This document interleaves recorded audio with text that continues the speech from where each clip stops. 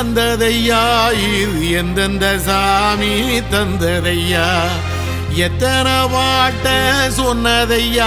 அத சுத்துற பூமி கண்டதையா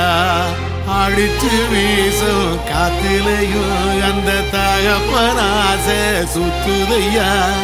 வெடிச்சு பூக்கும் வேலையிலும் ஒரு வம்சத்து கதையே உள்ளதையா